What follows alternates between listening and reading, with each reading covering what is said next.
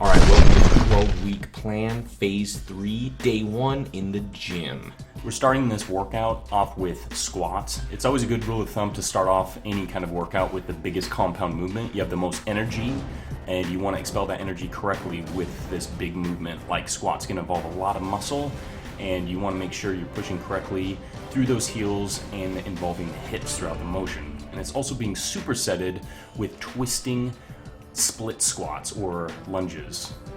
This is a great exercise as well, and this phase is full of supersets. It's been our favorite phase so far, and it's going to push you to your limits. So if you're not quite ready for this phase, stick with phase 2 if need be. Going on to the single leg press is involving the legs in the unilateral motion, really working those quads, glutes, a little bit in the hamstrings, and you want to just make sure you push through that heel, making sure your foot is about midway on the platform of the leg press. You're not going to be pressing that much weight just because it is a single leg exercise, but it is good to try to isolate each leg separately. Going to the single leg hip extension, again it's a single leg exercise, really working on the hips, the glutes. We're on top of a bench here, so we get further the range of motion. You can really dip the hips down and you're pushing straight up through the heel, get a nice squeeze to the top, and then lift down to bottom position before pushing up through the glutes again. And this is again supersetted with the goblet squats. This is an excellent exercise to involve a lot of quad work because this exercise is front loaded and it's pretty comfortable for anyone that's uncomfortable with squats. If you're not very comfortable with squats, the goblet squat is actually a great variation to do to kind of help your form. Next up with the single leg calf raise. Pretty easy exercise here. Just really want to remember those smaller muscle groups like calves. Don't want to leave those out. Maybe not the most fun exercises to do, but essential. Stability ball rollout. This is really going to engage the isometric, but also the contraction as well. So you're holding a plank position, but you're also pushing the arms out and then bringing them back in to really involve the core, the lower back, and also the abs too. And you may notice we switched this up instead of using the ab roller wheel. That's because one wasn't available at the gym, so we went ahead and just substituted for that one. And the Otis up too. Here we go. It's gonna make it a lot more difficult by not putting your feet under anything. So if you just flat-footed on the floor, it's gonna be pretty difficult, which is a good thing. So you're just gonna have to involve that core even more. We're holding just a 45-pound plate. Moving right along to day 2. Starting it out with the commando row. This is going to be in the plank position. You want to widen your stance to stabilize you, and you're going to be slowly rowing up to the top position and bring it down to the bottom before rowing the next side. This is really going to hit the lats, but it's also going to hit the core at the same time. So it's a pretty involved movement for a lot of muscles. Supersetting that with pull-ups. These are really going to push you to your limit. The commando rows, well, that's an excellent name for that exercise because you really feel it. And you do with pull-ups as well. You can also substitute pull-ups with lat pull-downs on the machine if you're not quite ready to perform pull-ups. We're doing a pre-exhaustion here, so we're starting off this exercise with flies and going immediately into the barbell bench press.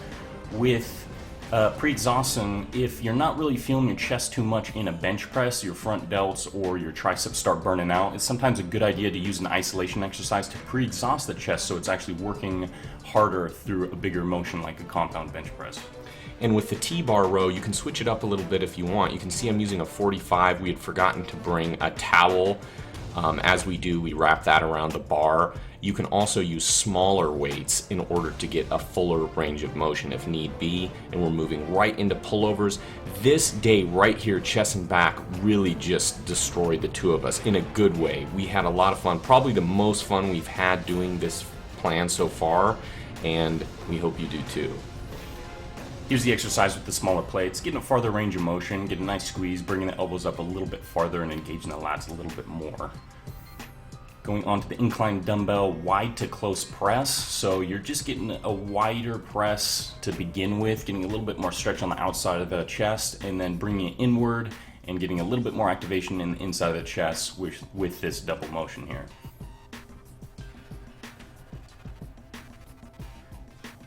And again, a superset. We're supersetting with underhand dumbbell fly. So this is the isolation here, just trying to concentrate more on the upper chest as well. So the clavicular portion of the chest is small. It doesn't have as many muscle fibers as the lower portion of the chest. So you just got to make sure you concentrate on that, especially if it's a weak point of yours, which it is for us. So we really try to hit that hard. Moving on to day 3 with the seated dumbbell press. Seated dumbbell press, you're not going to be involving as much as the core because you're going to be stabilized through the motion, but it is very difficult because you can't get any bounce in the legs.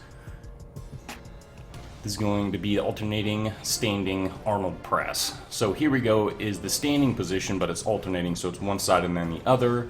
Make sure the legs are locked out, you're not getting too much bounce in the legs. And we're supersetting right in with cable reverse fly for those posterior delts. And what you don't want to do is extend through the elbow. You want to just make sure you're using the shoulder joint throughout the motion and keeping that elbow joint stable and not move too much.